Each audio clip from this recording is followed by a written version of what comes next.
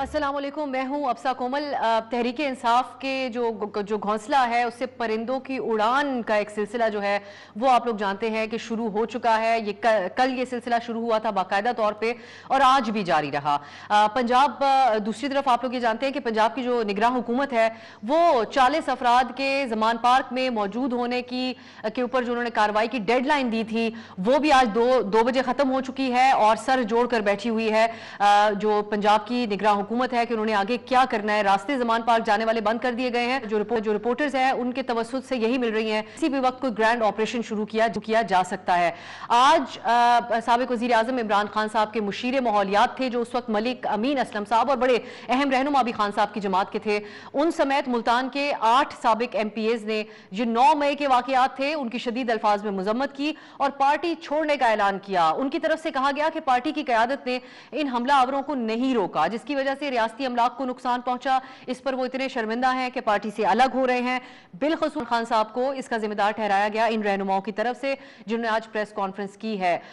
इसके अलावा हम जो दूसरी तरफ हम एक्शन होते हुए देख रहे हैं उसमें ये देख रहे हैं कि PTI के कुछ ऐसे रहनुमा हैं जिनको अदालतों से बेल मिल रही है, रिलीफ मिल रही है, लेकिन उसके बावजूद उनको दोबारा गिरफ्तार कर लिया जाता है। इस सिलसिले में अली मोहम्मद खान साहब पार्टी के एक दरीना पाकिस्तान तहरीक इंसाफ के एक सीनियर रहनुमा है, उनको पहले गिरफ्तार किया गया। उनको वो बेल के ऊपर थे लेकिन कल रात को फिर कार्रवाई करते हुए उनको गिरफ्तार किया गया। सेनेटर फलक नाज और श्री मजारी साहिबा जो हैं वो भी इन्हीं लोगों में शामिल हैं जिनकी पहले गिरफ्तारी की गई, रिहाई हुई, लेकिन एक बार फिर कल रात गए और उनको गिरफ्तार किया गया। दूसरी तरफ पार्टी से जो वाबस्तगी अली जैदी साहब हैं उन्होंने ये जरूर कहा था कि वो इन मामलात की सख्त अल्फाज में मजम्मत करते हैं, इसकी किसी किस्म की ओनरशिप नहीं लेते, लोगों को सजाएं होनी चाहिए, लेकिन कहा कि पार्टी से वो जरूर वाबस्ता है। उनका ये मामलात बने कि उनकी भी रिहाई हो चुकी थी लेकिन अब उनको कराची से जैकबाबाद शिफ्ट किया गया है। फिरदौस शमीम नकवी साहब सरकर्दा कराची से रहनुमा है PTI के, उनको सखर के जेल भेज दिया गया है। सो इस वक्त एक ये भी बहस जारी है कि ये जो कार्रवाइयां की जा रही हैं PTI के रहनुमाओं के खिलाफ 9 मई के वाकयात के तनाजुर में जो कार्रवाइयां हो रही हैं वो किस पैमाने के तहत की जा रही है, किस शफाफियत के तहत की जा रही हैं, इसके ऊपर भी बात होगी। जहां पर यह कहना भी बहुत जरूरी है कि इस वाकये की मुकम्मल इंक्वायरी के ऊपर भी मुख्तलिफ हलकों की तरफ से बहुत ज्यादा जोर दिया जा रहा है। तीसरी तरफ इमरान खान साहब हैं जिन्होंने अभी तक खुलकर 9 मई के इन वाकयात की मजम्मत नहीं की है। आज सदर मुमलिकत का एक इंटरव्यू हामिद मीर साहब के साथ है, उसमें उन्होंने इस बात के ऊपर जोर दिया है सदर मुमलिकत ने कि इमरान खान साहब को 9 मई के वाकयात की खुलकर मजम्मत करनी चाहिए। लेकिन जो इमरान खान साहब के कल का जो उनका इमरान खान साहब का अपना बयान है उसमें वो एक बार फिर यही बात कर रहे हैं और एक बार फिर आर्मी चीफ को मुल्क के निशाने के ऊपर रख रहे हैं और ये जो उनसे ही मुखातिब होते हुए कहते हैं कि जो PDM की हुकूमत है इन्होंने हमारे और फौज के दरमियान गलतफहमी पैदा की है। इनको कहा गया आर्मी चीफ को कि अगर इमरान खान दोबारा आ गया तो उनको हटा देगा। तो वो इमरान खान साहब कहते हैं मैं ये वाजे करना चाहता हूं और ये पैगाम भी पहुंचा रहा हूं बार बार कि मैं इदारों में मुदाखलत नहीं करता, मैं किसी चीज में छेड़छाड़ी नहीं करूंगा, इसलिए इस किस्म की किसी सोच को आगे मत बढ़ाया जाए। और साथ लेकिन तंबीह की उन्होंने कहा कि वरना इस किस्म का रद्द-ए-अमल आता हुआ देख रहा हूं कि खुदा न खास्ता मुल्क को तबाह होता हुआ देख रहा हूं। मुझे खौफ है कि इससे भी बड़ा रद्द-ए-अमल आ सकता है जो ऑलरेडी हो चुका है, जो मुल्क को मजीद नुकसान पहुंचाएगा। यानी जो कुछ हो चुका इमरान खान साहब ने उसकी मजम्मत खुलकर नहीं की लेकिन मजीद पेशगोई कर दी। इस सारी सूरत हाल में PTI का आगे क्या मुस्तकबिल हो सकता है। हमारे साथ बहुत ही मौजूद शख्सियत मौजूद है शफकत महमूद साहब, आप रहनुमाए पाकिस्तान तहरीक इंसाफ के। बहुत बहुत शुक्रिया शफकत साहब आपके वक्त के लिए। ये बहुत मुख्तलिफ और बहुत मुश्किल वक्त गुजर रहा है आपकी जमात के लिए, लेकिन ये जो वाकयात है सर इनकी इसका हवाला देते हुए बहुत से लोग पार्टी से अलग हो रहे हैं। ये ऐलान किया जा रहा है कि लीडरशिप ने कोशिश नहीं की 9 मई को और हम सबको भी मुश्किल में डाला और बिलखुसूस इमरान खान साहब से शिकवा किया जा रहा है। क्या मौक़िफ़ है सर आपका इस पे? बहुत ही तकलीफदेह वाकयात हैं क्योंकि जिन तनसीबात पे हमला हुआ वो हमारे सबके दिल के बहुत करीब हैं। इंक्वायरी की जरूरत इसलिए है कि हमारे पास इस किस्म के शवाहिद बहुत ज्यादा हैं कि ऐसे ऐसे लोग उस जुलूस में शामिल थे जिनको पार्टी के लोग पहचानते नहीं हैं, वो कौन लोग थे, कैसे थे, और उसके लिए बड़ा जरूरी है जो जिन लोगों ने ये तबाही की है उनको बिल्कुल सजा मिलनी चाहिए, हर तरीके से मिलनी चाहिए, लेकिन जो उसमें सही तरीके से आइडेंटिफाई होने चाहिए। और दूसरी तहकीकात इसलिए भी जरूरी है कि ये भी पूछा जाए कि चले फौज का तो ISPR ने कहा कि हमने तहम्मुल का मुजाहरा किया, पुलिस क्या कर रही थी? पुलिस आप लाहौर में अगर आप देखें तो कुछ 7-8 किलोमीटर का सफर है, तो पुलिस कहाँ थी? इसी तरह और शहरों के ऊपर भी ये इंक्वायरी, तो करने की जरूरत है। बाकी रह गया ये कि ये जो हमारे लोग कुछ छोड़ के जा रहे हैं, भाई हमें तो हमदर्दी है उनसे, क्योंकि देखें ना, जब 7,000 7,500 लोग गिरफ्तार हुए, औरतों को भी उसी तरह अरेस्ट किया गया, कोई चादर चार दीवारी तो क्या तहफ़्फ़ुज़ या उसकी सैंक्टिटी जो है वो तो कहीं दूर दूर तक नजर नहीं आई। मेरा ख्याल है, मुझे तो याद नहीं पड़ता, अब मेरी काफी उम्र है, मैं 60s से लेट 60s से मूवमेंट्स को देख रहा हूँ। मेरा ख्याल है कि जिस किस्म का तशद्दुद पंजाब में पुलिस कर रही है, और मेरा ख्याल है बाकी जगह पर भी, वो हमने पहले कभी नहीं देखा। और ना सिर्फ ये कि उन लोगों के साथ तशद्दुद कर रही है, बल्कि घरों को तबाह कर रही है, लोगों को अमलाक को अंदर घुस के मार पीट, ये वो, तो उसके अलावा चीजें डिस्ट्रॉय करना। तो मैं इसलिए हमदर्दी कह रहा हूँ कि लोगों को जब प्रेशर पड़ा है इस किस्म का, तो उसमें से बहुत सारे लोग जो है वो प्रेशर बर्दाश्त नहीं कर सके। लेकिन मुख्तसर बात सिर्फ ये है कि इंक्वायरी होनी चाहिए, बेलाग इंक्वायरी होनी चाहिए, करार वाकई सजा मिलनी चाहिए उन लोगों को जिन्होंने ऐसी हरकत की हैं। लेकिन ये भी साथ देखा जाए कि लॉ एंड ऑर्डर मशीनरी कहाँ थी। शफकत साहब, इसको आप इंटायरली दबाव कहेंगे कि जो सूरत हाल बनी ये सब दबाव के अंदर है तो ये फैसला कर रहे हैं, या इसको चेंज ऑफ हार्ट भी कहा जा सकता है? जहां पर आप ये कहते हैं कि हमारे पास शवाहिद है, इमरान खान साहब भी ये बात कहते हैं, वहीं पर हम ये भी देखते हैं कि इमरान खान साहब इस 9 मई के वाकये के बाद इंटरनेशनल मीडिया को कह रहे थे मेरे खिलाफ एक ही शख्स है, और वो नाम ले रहे थे मुल्क के आर्मी चीफ का। वो कहते हैं मेरी अरेस्ट भी उन्होंने कराई, ये वाकयात भी उनकी वजह से हुए। फिर उससे पहले वो बात करते थे एक अफसर के बारे में। पीटीआई के जो कारकुन हैं वो बाकी पार्टी एक तरफ रखते हैं, और इमरान खान साहब की जो जज्बात उनके लिए उनके निकलते हैं वो इंटायरली डिफरेंट होते हैं, और नौजवानों की एक बहुत बड़ी तादाद है जो आपकी जमात के साथ है, और नौजवान के जज्बात मुख्तलिफ होते हैं। तो एक सर्कमस्टांशियल एविडेंस तो इमरान खान साहब के खिलाफ बहुत सारा मौजूद है, जिसके अंदर वो आज भी यही वो बुरद इल्जाम ठहरा रहे हैं मुल्क के इदारे को, उसके सरबराह को, और रिएक्शन हमने देखा उन इदारों के खिलाफ आया।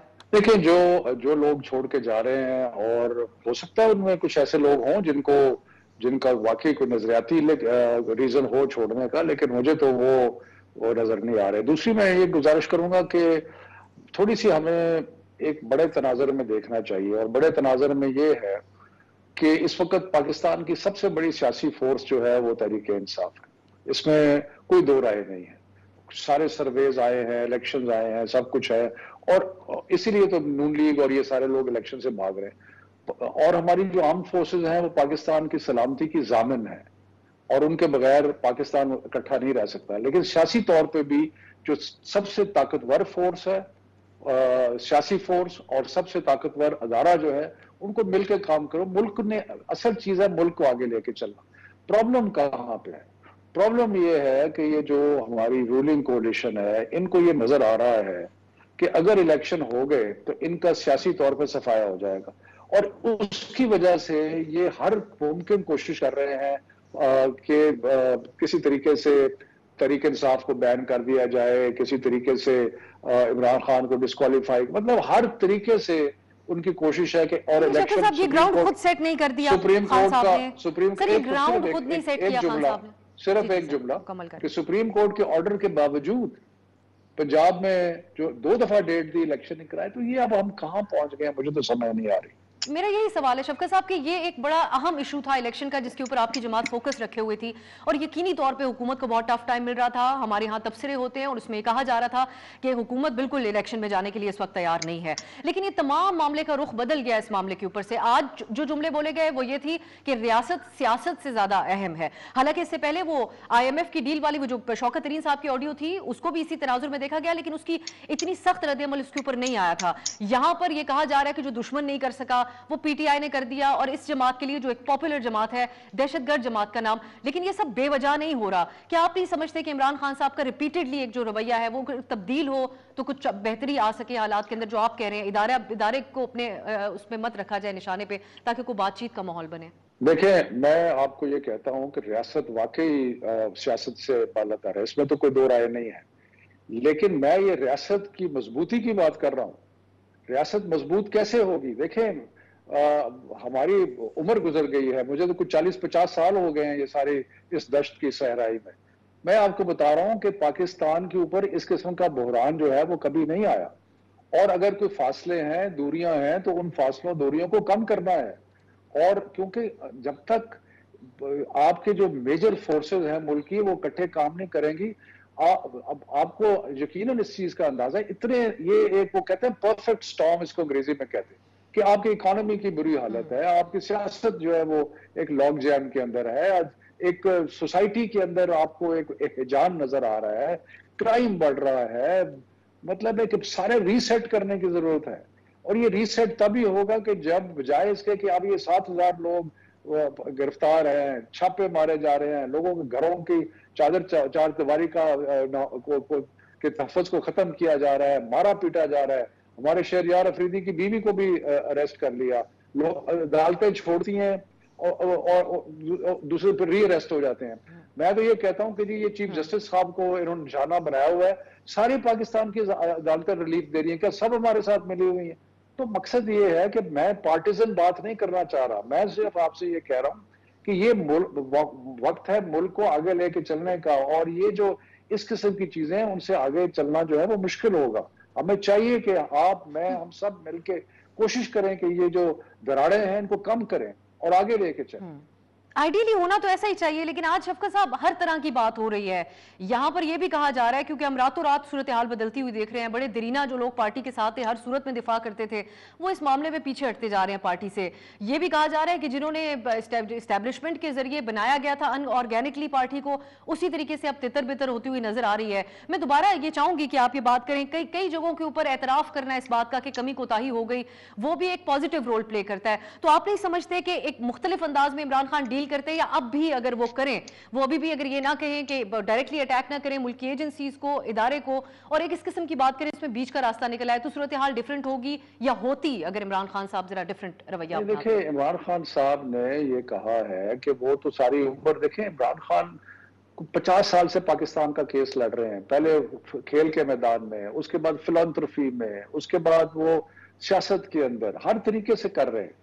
और वो कह रहे हैं कि मैं तो चाहता हूं कि मामला जो है वो सही तरीके से हल हो, लेकिन मैं सिर्फ ये कह रहा हूं कि सही तरीके से मामला हल होने के लिए कुछ माहौल बनाना पड़ेगा। अब आप ये देखें कि सुबह से लेकर शाम तक ये कभी एक वजीर, कभी एक मशीर, कभी कोई दूसरा, वो आके एक हवा दे रहे हैं। उनको तो देखें, पीडीएम जो है और ये जो बाकी जमातें हैं, इनका तो इंटरेस्ट है कि जी मेजर अदारा जो है उसका और तहरीक इंसाफ का आपस में क्लैश हो, उनका इंटरेस्ट है। लेकिन मुल्क का ये इंटरेस्ट नहीं है। मुल्क का इंटरेस्ट ये है कि ये तनाव जो है वो कम हो। और मैं आपको कह रहा हूं कि इसके लिए अगर पेशकदमी की जाए तो ये कम हो सकता है, लेकिन ये तो जिन लोगों का इंटरेस्ट इलेक्शन करवाना नहीं है, जिन लोगों को नजर आ रहा, वो तो कभी कोशिश करेंगे कि कभी किसी किस्म की जो दरार है वो कम हो ही ना।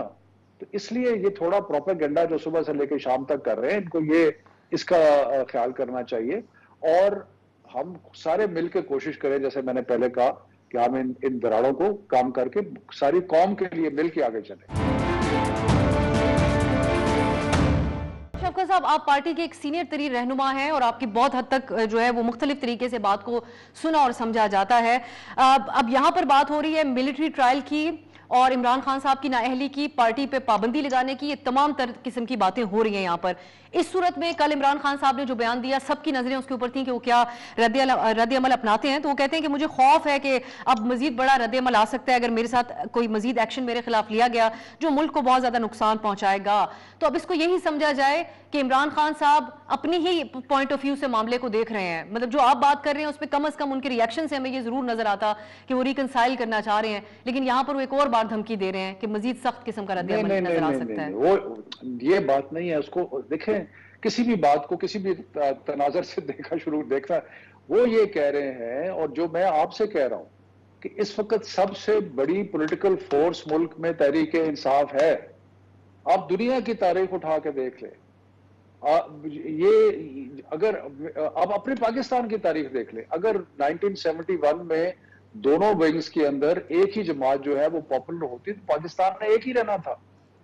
इसीलिए मैं कह रहा हूं कि ये जो एक पॉलिटिकल, सबसे बड़ी पॉलिटिकल फोर्स है और सबसे मोहतरम अदारा जो है, इनका इकट्ठा होना बहुत जरूरी है। और जो खान साहब बात कर रहे हैं कि अगर इसी तरह ये जो पीडीएम की हुकूमत है ये करती रही, इस तरह ही पुलिस का तशद्दुद जारी रहा, इसका हो तो उनका कहने का मकसद ये है कि ये, या आपने डिस्क्वालीफाई, मुझे आप ये बताएं कि आज तक कभी किसी पार्टी को बैन करने से कभी पार्टी खत्म हुई है? सिवाय इसके कि मजीद तनाव होगा, सिवाय इसके कि मजीद टेंशन होगी। कभी हुआ है ऐसे? आप अपनी तारीख उठा कर देख लें। एएनपी को लेकिन एनएपी को बैन जी किया, बिल्कुल कह रहे शफ। एएनपी बन गई।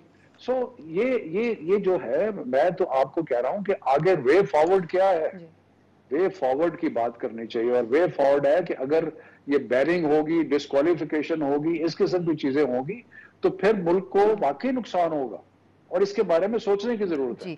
मैं आखिर में शफकत साहब, यही जब आप ये बात कहते हैं पॉपुलैरिटी, और हम वो सर्वेज देखते हैं जिनके ऊपर हम प्रोग्राम्स करते आ रहे हैं पिछले कुछ अरसे से, और उसी के हवाले से इलेक्शंस के बारे में हुकूमत से सवाल करते थे, तो इस बात का बहुत दुख होता है कि इतनी डाइवर्स किस्म की फॉलोइंग जिस पार्टी की हो, वो आखिरकार इस किस्म के वायलेंट एक्शंस के हवाले से जानी जाने लगे और उनके ऊपर एक्शन हो कि यहाँ पर मिलिट्री कोर्ट्स में उनको लेके जाने की, आर्मी एक्ट के तहत कार्रवाई की बात हो, और दूसरी तरफ से हमारे पास भी एक डेविल्स एडवोकेट प्ले करने के लिए भी कोई खास जवाब मौजूद ना हो जो हम वहां पर पेश कर सकें इस किस्म की गुफ्तगू के अंदर, क्योंकि बहुत सारी चीजें सामने हैं। जिस तरह कि कल सेनेटर वलीद इकबाल साहब ने कहा था कि इन वीडियोस के अंदर काफी हद तक अपने कारकुनों को वो पहचान सकते हैं, लेकिन यकीनी तौर पर उन्होंने साथ ये भी कहा कि ये इसके पार्टी की हिदायत के ऊपर ये नहीं हुआ। आखिर में मैं आपसे ये जानना चाहूंगी सर कि अब अगर आप समझते हैं कि ये जो तब्दीली शुरू हुई है, आप समझते हैं कि आप ये भी कह रहे थे कि कुछ लोग दबाव के वजह से भी पार्टी से लाताल्लुक हो रहे हैं, तो इसके असरात सुप्रीम कोर्ट तक अगले हफ्ते आपको इलेक्शन के मामले पे जाते हुए नजर आते हैं, या आप समझते हैं कि आपको उम्मीदें हैं अभी के इलेक्शन के हवाले से कोई ठोस बात सामने आ सकती है?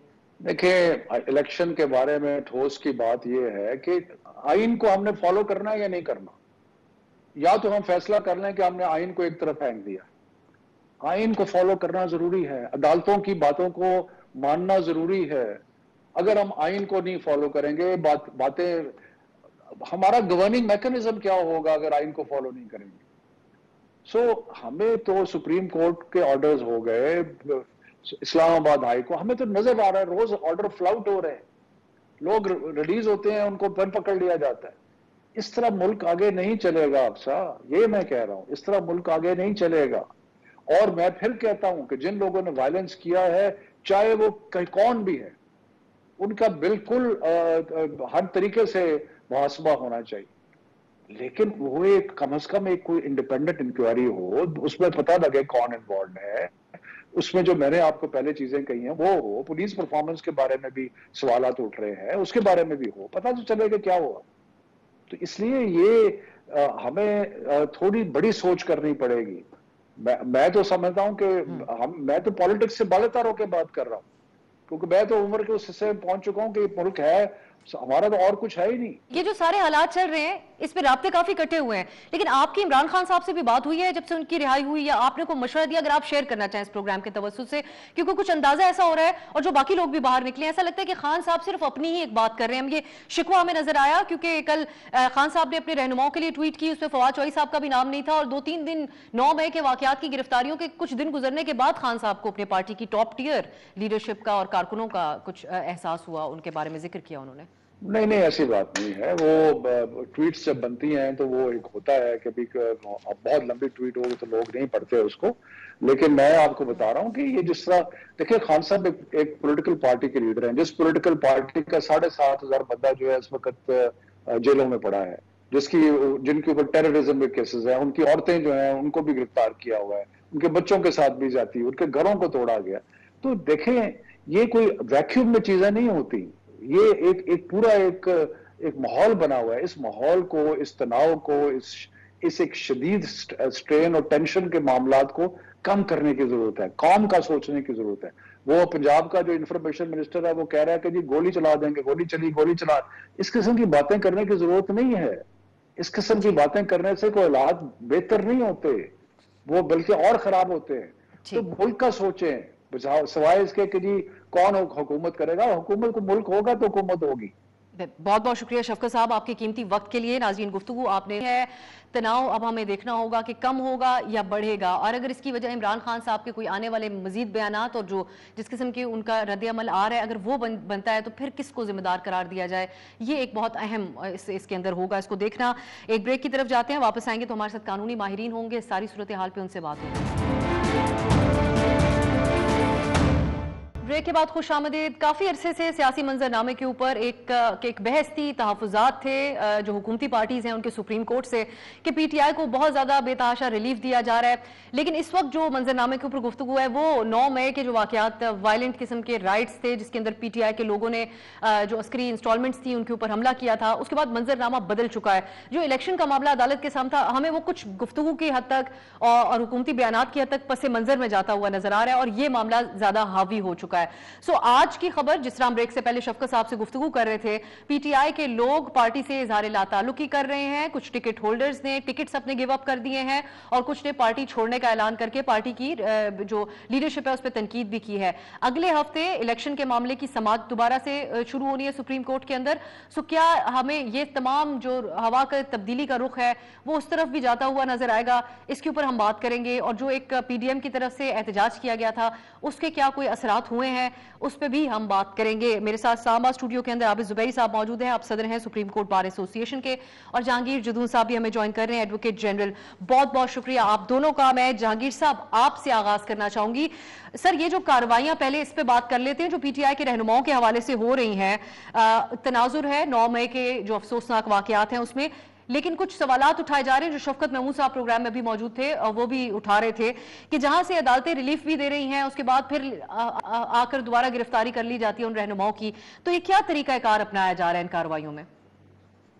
बिस्मिल्लाहिर्रहमानिर्रहीम, बहुत शुक्रिया। देखें, जहाँ तक 9 मई का वाक़े का तल्लक है तो across the board Abu Zubairi साहब आपके साथ मतलब बैठे हुए, इन्होंने भी कंडेम्ड किया। अक्रॉस द बोर्ड किसी भी शख्स ने मेरे ख्याल में ये इस किस्म की वायलेंस, चाहे वो आर्मी इंस्टॉलेशन के खिलाफ हो या किसी भी प्राइवेट प्रॉपर्टी के खिलाफ हो, इसमें कोई कानून जो है वो इजाज़त नहीं था, ना ही कोई ऐसा हाथ में लेना चाहिए। इसको तो मतलब एक क्रॉस द बोर्ड कोई पोलिटिकल पार्टी, अब क्यों है कि इतना लॉस हो चुका है सीरियस के, जिस तरह अब आर्मी के जो है चीज़ें ज़ाया की गई हैं, मुजस्मे तोड़े गए हैं शुहदा की, तो उसमें फिर ज़रा उस ज़ाहिर एक इंस्टीट्यूशन का, जो इंस्टीट्यूशन आपके बॉर्डर पे तमाम सिक्योरिटी की जिम्मेदारी है और वो दुश्मन से निबर्द आजमाए हर जगह पे, तो उनको ज़्यादा इस पर गुस्सा होना भी चाहिए, गुस्सा अहम भी कि हमारे साथ ये ज़्यादती नहीं होनी चाहिए।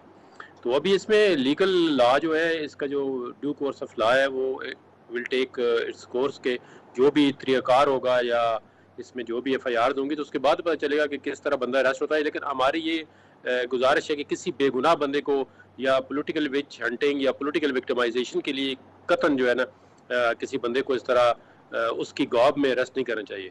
हाँ, जो बंदे एक्चुअली इसके अंदर साजबाज में या उनके पास कोई सॉलिड एविडेंस हो तो फिर उनको ज़रूर पकड़ना चाहिए और उनको कैफे करदार तक पहुँचना चाहिए। उसकी वजह ये है कि कल को अगर इस पार्टी ने किया तो कल कोई दूसरी पार्टी भी कर सकती है।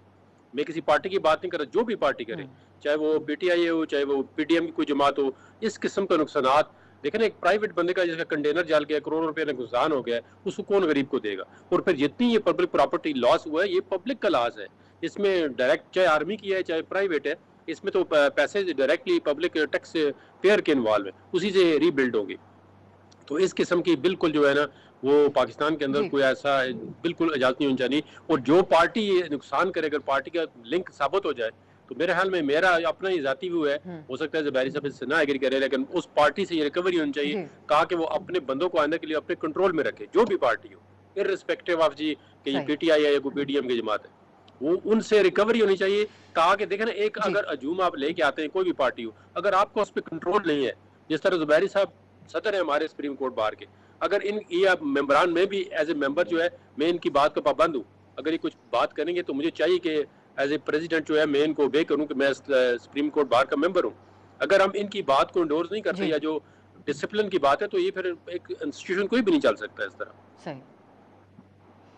अब यहाँ पे आबिद साहब, ये मामला बहुत ही कॉम्प्लिकेटेड है। जब मॉब अटैक का मामला होता है, हमने देखा है दुनिया के बहुत ही एडवांस मुल्कों के अंदर भी उसको जांचना कि किस तरीके से गिरफ्तारियां की जाए, कई दफा बहुत सारे लोगों को गिरफ्तार फौरी तौर पे कर लिया जाता है और फिर वो देखा जाता है उस मामले को। लेकिन हमारे यहाँ क्योंकि एक बैकग्राउंड है, हमारे यहाँ सियासी विक्टिमाइजेशन भी इस तरह के वाकयात की आड़ में की जाती है। सो ये कैसे इसको ये जो तासुर को भी जायल किया जाए, और फिर ये जो मॉब था ये मोटिवेटेड कहाँ से था?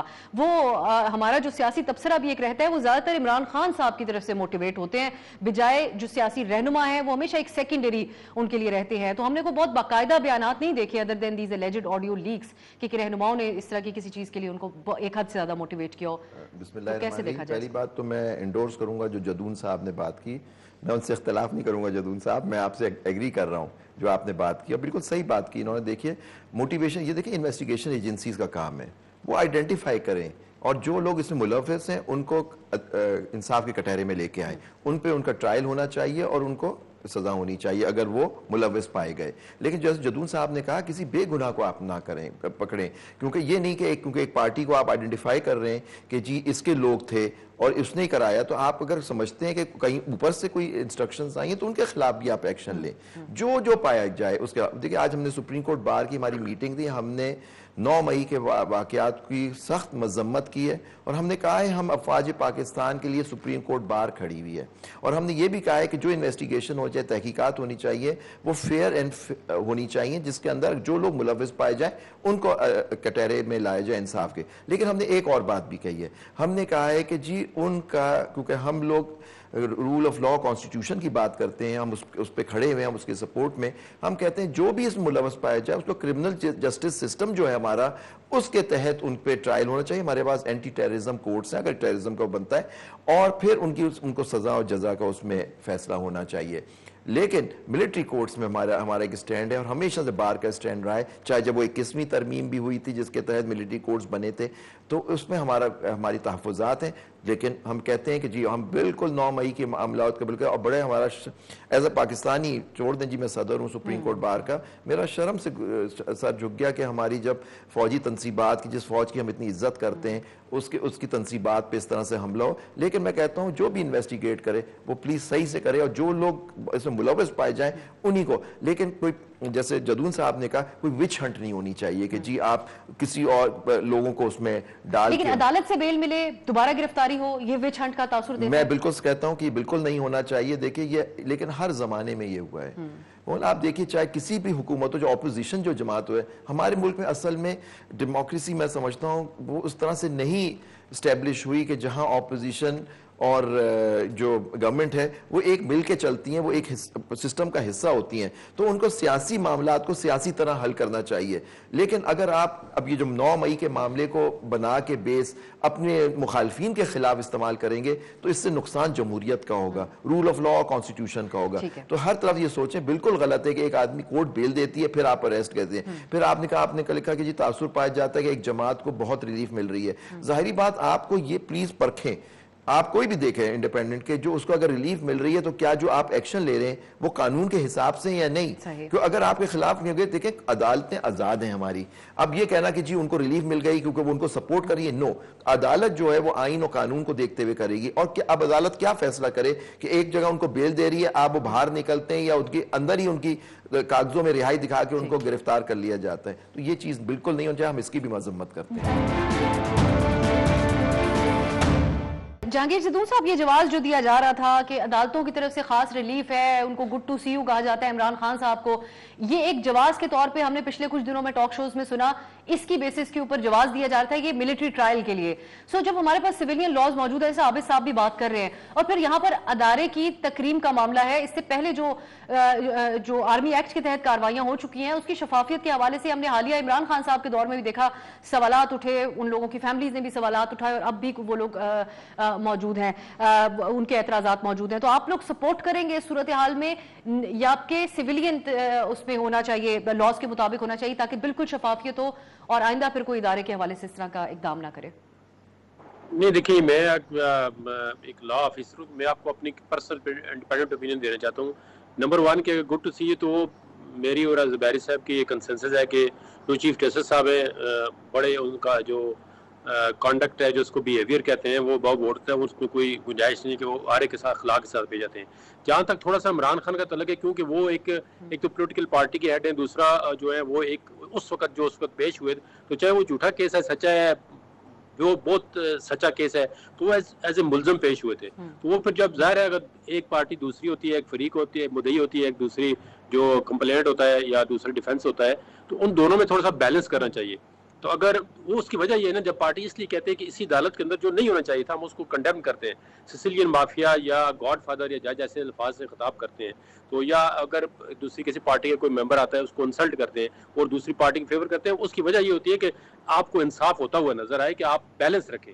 हम ये नहीं कहते कि जो भी मुल्जिम है उसको गुड टू सी यू करो, अगर एक को करना है फिर सबको करो, ये इनकी तो ये मेरा है। इस हद तक उनकी जो बात थी वो किसी हद तक ठीक है। मैं इर्रिस्पेक्टिव ऑफ यानी कि मुल्जिम जो भी हो, चाहे वो इमरान खान हो, चाहे वो किसी पीडीएम का कोई जेयूआई का कोई बंदा, उसको इक्वल ट्रीट करें। चाहे आप गुड टू सी यू कहते हैं तो सबको कहें, चाहे आप नहीं कहते तो फिर सबको ना कहें। ये मेरा एक स्टांस है।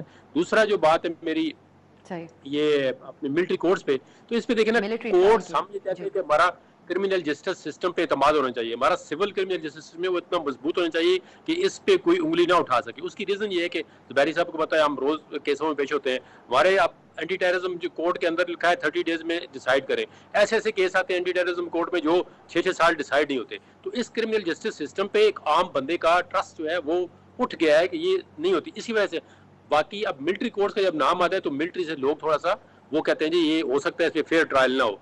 तो ट्रायल किसी भी कोर्ट में हो, चाहे वो मिलिट्री हो, तो फिर उसके जो पैरामीटर्स हैं आर्टिकल 10A के, वहाँ पे मीडिया को एसेस होनी चाहिए, वो प्रॉपर जिस तरह एक आप कॉन्स्टिट्यूशनल फंडामेंटल राइट्स हैं वो बंदे को जो अक्यूज है उसको मिलने चाहिए, चाहे वो एंटी टेररिज्म कोर्ट हो, चाहे वो सिविलियन कोर्ट हो, चाहे वो स्पीडी कोर्ट हो, चाहे वो मॉडल कोर्ट हो, चाहे वो मिलिट्री कोर्ट हो। लेकिन ये तासर कभी नहीं जाना चाहिए कि मिलिट्री कोर्ट होगी तो कोई खुफिया इसकी हियरिंग होगी, मीडिया वालों को अलाउ नहीं किया जाएगा, डिफेंस काउंसिल नहीं अलाउ होगा, तो वो आर्मी अपने तौर पे कोई ट्रायल करके फौरन जो है वो खत्म कर देगी। तो उस पे फिर जो है थोड़ा सा, इससे पहले कोई ऐसी एग्जांपल्स मिलती है सर, किस तरह के पैरामीटर्स तय किए जाएं कि जिसके ऊपर फिर किसी ने सवाल ना उठाया हो? क्योंकि हम आप तमाम लोगों को सुनते आए हैं, सवालात बड़े संजीदा उठते रहे हैं इस तरह के ट्रायल्स के। मॉडल कोर्ट जो जस्टिस खोसा साहब ने, आल्दो हम हो सकता है मैं उसकी कई जजमेंट से डिफर करता हूँ, लेकिन उन्होंने मॉडल कोर्ट जो बनाई थी उनमें एक टाइम लाइन दिया था कि विद इन 2 मंथ 3 मंथ ये केस डिसाइड कर रहे हैं। तो उसमें काफी प्रोग्रेस हुई और काफी हमारी क्रिमिनल अपील, क्रिमिनल रिवीजन और क्रिमिनल मर्डर केसेस भी बड़े स्पीडी से डाल। ये एंटी टेररिज्म कोर्ट को टाइम लाइन दे दें, सिविल कोर्ट जो है कि ये ऑफेंस है, ये आप करें, क्योंकि मिलिट्री के लफ्ज लगने से आम तसर हो जाता है ना हमारा। इस पे बार कौंसिल ने पहले भी कहा है जी कि अगर तो मिलिट्री कोर्ट्स ये इंश्योर कर सकती हैं कि ये चीजें हैं, ये हम इंश्योर करेंगे। एसेस टू मीडिया होगी, चाहे 1 हो 2 हो, वो ट्रायल देखेंगे कि फेयर है, आर्टिकल 10A के सारे तकाजे पूरे हों, तो उसमें तो मेरा ख्याल भाई फिर लफ्ज लगने से एतराज नहीं होना चाहिए। लेकिन अगर वो कहते हैं मिलिट्री लॉज के तहत इसके ट्रायल हो, तो फिर उसमें ज़ाहिर है कुछ ऐसी चीज़ें आ जाती हैं कि जिसमें थोड़ा से प्रॉब्लम या अपैरेंटली कुछ लग सकता है कि इसमें कोई फेयर ट्रायल का इशू ना पैदा हो जाए। इन दिस केस आबिद साहब ऐसा हो सकता है जो जहांगीर साहब कह रहे हैं? थोड़ा सा मैं विद ऑल रिस्पेक्ट में थोड़ा सा इख्तिलाफ करूंगा अपने भाई से। देखिए इसके अंदर जो इशू ये नहीं है कि वो मिलिट्री का नाम लग गया है। क्या पहली बात है कि क्या सिविलियन मिलिट्री एक्ट के अंदर आते ही नहीं, वो देखना होगा। उनकी डेफिनेशन है सेक्शन 2D की, उसमें दिया हुआ है जो जो लोग उसके जिम्मे में आते हैं, उसमें जो नॉन मिलिट्री लोग जो मेंशन है, जो टेररिस्ट ऑर्गेनाइजेशन के लोग हैं इस तरह से, और जो हमला करें, अटैक करें मिलिट्री इंस्टॉलेशन वगैरह, वो सारी डेफिनेशन उसमें दी है। मेरे हिसाब से आप देखिए, जब ये लॉ पहले भी था, लेकिन जब मिलिट्री कोर्ट्स बनाने थे एक बहुत टेररिज्म को, तो कॉन्स्टिट्यूशनल अमेंडमेंट आई, वो हमने वो चैलेंज हुई, लेकिन मेजॉरिटी ऑफ सुप्रीम कोर्ट ने मेजॉरिटी डिसीजन ये आया कि मिलिट्री, लेकिन उसमें भी उन्होंने एक रखा कि उस ऑर्डर का जो भी वहां से आएगा उसका जुडिशियल रिव्यू सिविलियन अदालतें करेंगी। जुडिशियल रिव्यू की पावर फिर भी कोर्ट ने रखी। आपको याद है उसके बाद फिर 23वीं तरमीम में 2 साल और उसमें एक पीरियड दिया गया था, 2 साल में अदालतें खत्म होगी, तो फिर उनको 2 साल के लिए बढ़ा दिया गया। तो आम कानून में नहीं हुआ। अगर ये इस तरह लाना चाहते हैं तो फिर से, क्योंकि जजमेंट मौजूद है सुप्रीम कोर्ट की, आप कॉन्स्टिट्यूशनल अमेंडमेंट करें, उसके थ्रू ले आए। लेकिन फिर भी हमारा स्टैंड यही होगा कि आप क्रिमिनल जस्टिस सिस्टम को मजबूत करें। देखिए ये नहीं होता कि जैसे मैं अभी आपने एक बात की, हमारे भाई ने जदून साहब ने, कि खोसा जस्टिस खोसा के ज़माने में मॉडल कोर्ट्स बने, उन्होंने टाइम दे दिया कि क्रिमिनल केस का फैसला 30 दिन में होना चाहिए। मैं आपको शर्तिया ये बात करता हूं कि जी उसमें इंसाफ के तकाजे पूरे नहीं रखे गए, क्योंकि देखिए एक प्रोसीजर होता है, प्रोसेस होता है कि आपकी जिरा होती है, आप एविडेंस, प्रोसिक्यूशन पे बर्डन होता है, आप लाते हैं कि जिस आदमी ने जुर्म किया है उसके लिए आप फिर उसके लिए डिफेंस का भी राइट होता है। वो ये सारे राइट, इंसाफ के तकाजों का आबिद साहब बहुत सीरियस सवाल सवाल है ना, जहाँ पे फुल बेंच ना बना और हालात इस नौबत तक आ गए कि मिलिट्री कोर्ट्स का जवाब बन गया हमारे लिए डिबेट के फुल अंदर। कोर्ट देखिए, full bench banana is not the answer. आप दो चीजें कंफ्यूज कर रही हैं। वो फुल बेंच बनाना एक कॉन्स्टिट्यूशनल पिटीशन, वो सुप्रीम कोर्ट का, वहां ये ट्रायल नहीं होना। ट्रायल होना एंटी टेररिज्म कोर्ट में, ये क्रिमिनल निजाम की बात है। देखिए ना, कोर्ट बनाना जो होता है चीफ जस्टिस की सवाबदीद होती है। ये कहां, ये किस तरह से आप लोगों का, मुझे नहीं समझता, इंप्रेशन है कि जी फुल कोर्ट बनेगा तो इंसाफ हमारा नहीं है सर, उनके सियासी जो सियासी आपका मतलब है, और उसमें से कानूनी बात हो, कानूनी बात है ये कहा। और आप देखें इन्हीं कुछ केसेस में इनके बुकला ने एप्लीकेशनें दी कि फुल कोर्ट बनाओ, खुद ही विड्रॉ कर ली। आप इंसिस्ट करते, लेकिन ये कहां से एक तकाजा आ गया कि जी आप देखें कोर्ट्स को आप लोग ने पोलिटिसाइज कर दिया। पोलिटिसाइज इन द सेंस कि आपने उनकी शफाफियत पे उंगली उठा दी। कल ये ना भूलें कि आप हमेशा हुकूमत में यहाँ नहीं रहता आदमी, हमेशा। आप समझते हैं कि मुअज़्ज़िज़ अदलिया ने कोई किसी किस्म का मौका नहीं दिया कि इस किस्म की तनकीद होती है? मैं कहता हूं देखिए, मौका तो देखिए, आप तनकीद देखिए, तनकीद जरूर करें। आप मैं भी डिसएग्री करता हूं, आप कर सकते हैं, आप रिक्वेस्ट कर सकते हैं, लेकिन आप ये नहीं कर सकते कि बनाओ वरना आप हम फैसला नहीं मानेंगे। आपको फैसला मानना है, चाहे 3 जज को, 5 जज को, 7 जज को। इवन ये जो लॉ चैलेंज हुआ है उसके अंदर भी 5 जजों की उन्होंने बेंच बनाने का कहा, फुल कोर्ट तो उसमें भी नहीं है। नहीं चाहिए आपने, लेकिन आप में जो मिलिट्री कोर्ट्स का मामला है उस पे आप कुछ एग्जांपल जरूर सामने रखते हैं, लेकिन नहीं समझते कि इसको आप सपोर्ट करेंगे। मैं आपको देता हूं एग्जांपल देखिए, मिलिट्री कोर्ट्स में वो बने अमेंडमेंट्स के थ्रू आया, नंबर 1। नंबर 2, आपको याद होगा एक पेशावर हाई कोर्ट का फैसला है जस्टिस वकार से मरहूम का, उन्होंने जो मिलिट्री कोर्ट से सजाएं थी उन सबको कल अदम करार दिया। वो अभी भी केस पेंडिंग है, तो उन्होंने कहा कि ये मिलिट्री कोर्ट्स में नहीं ट्रायल हो सकता। तो ये जजमेंट मौजूद है कोर्ट्स की। बिल्कुल सही, बहुत बहुत शुक्रिया आबिद ज़ुबैरी साहब, जहांगीर जदून साहब, आप दोनों वक्त के लिए। नाज़रीन, गुफ्तगू आपने मुलाहिजा की है। अब हम देखते हैं कि आने वाला दिन जो होगा वो पीटीआई के लिए किस किस्म की खबरें लेके आएगा, और आने वाला जो हफ्ता है वहां पर सुप्रीम कोर्ट से किस किस्म की खबरें आ सकती हैं। आज के लिए इजाजत दीजिए, खुदा हाफिज।